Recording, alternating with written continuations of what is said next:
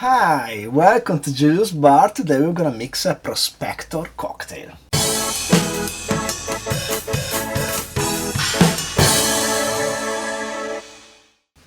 So I have no info on the Prospector cocktail. I found it both on liquor.com and on Difford's Guide, where it's called Prospector No. 2. But there is no attribution to anybody, and no history, and no nothing. It's a Manhattan variation, where instead of having vermouth, we have Pedro Ximenéz sherry and Averna, and let's get down to mixing it. So in our mixing glass, let's start with 1 dash of Angostura. I might put 2 because I overfilled this bitters bottle and doesn't quite come out as much as it used to. Anyway, then we go on with 10 milliliter of our Pedro Ximenéz sherry.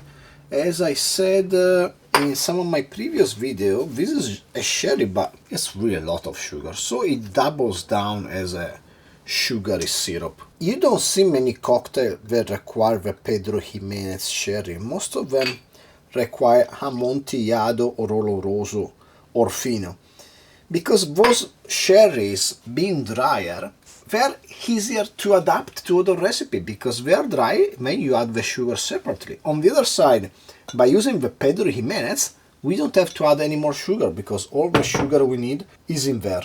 And then we go with 22.5 milliliter or 3/4 of an ounce of amaro Averna, the most standard amaro of all, standard bitterness, standard sweetness, standard alcohol content at 29% ABV, and we finish with our bourbon. I'm gonna use a Wild Turkey 101 today.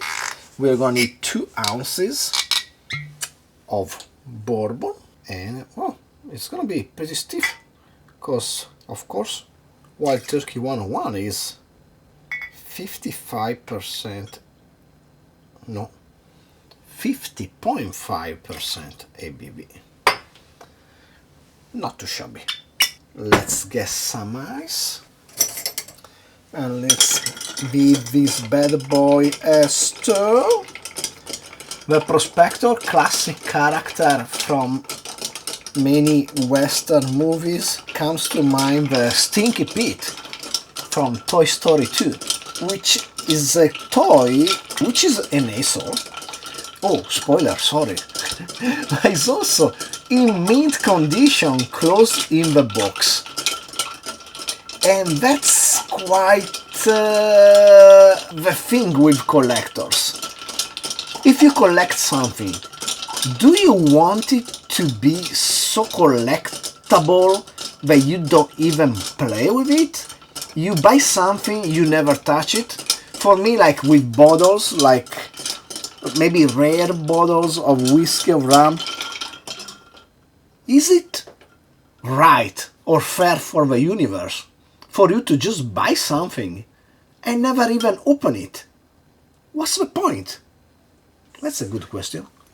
Let's strain this cocktail in our chilled Nick and Nora glass.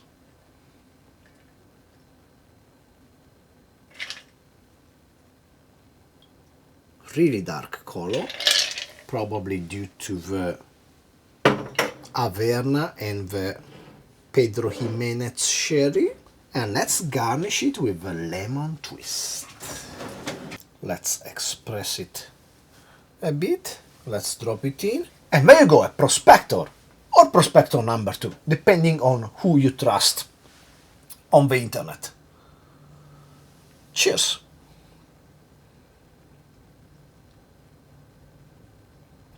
Intense and syrupy. Not quite a Manhattan in my book. It goes too far off. Doesn't taste quite like a Manhattan. After a bit comes up, a bit in the aftertaste, the chocolate of Pedro Ximenéz, which is not bad. But let me have 1 or 2 more sips so that I can give you some more impressions. It tastes dark and sweet at the same time. It lacks the vibrance of a standard Manhattan done with sweet vermouth. The Averna blends completely with the other flavors. And even the feeling of bourbon is not that bourbonish anymore. The Pedro Ximenéz sherry really dominates with only 10 milliliters. It's good, but unremarkable. Yeah, it's a bit intense, it's a bit sweet, but not well defined or focused or lacks in character, just like Stinky Pete. So if you enjoyed the video, please like, subscribe, comment down below, share with anybody you like and don't like. Steal yourself another Manhattan variation, and hopefully I will see you next time. Cheers!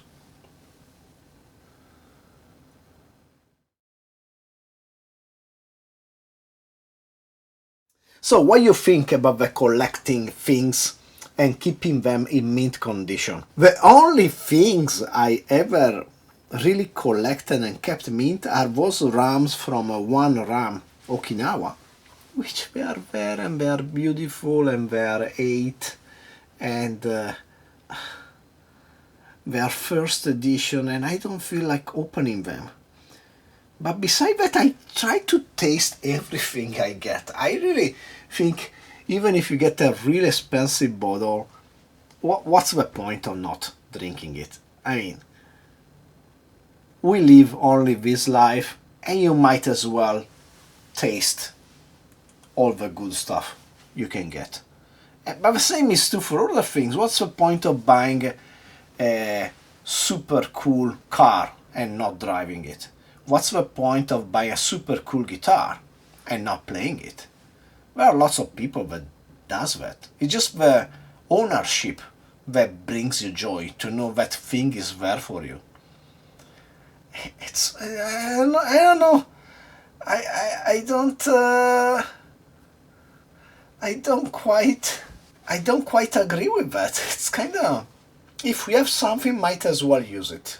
At least that's what I think. But I don't have that many precious collectible things. But I do have some expensive bottles where a friend of mine said like, "Are you crazy? Why did you open it?" I'm like, "Well, because I wanted to drink it."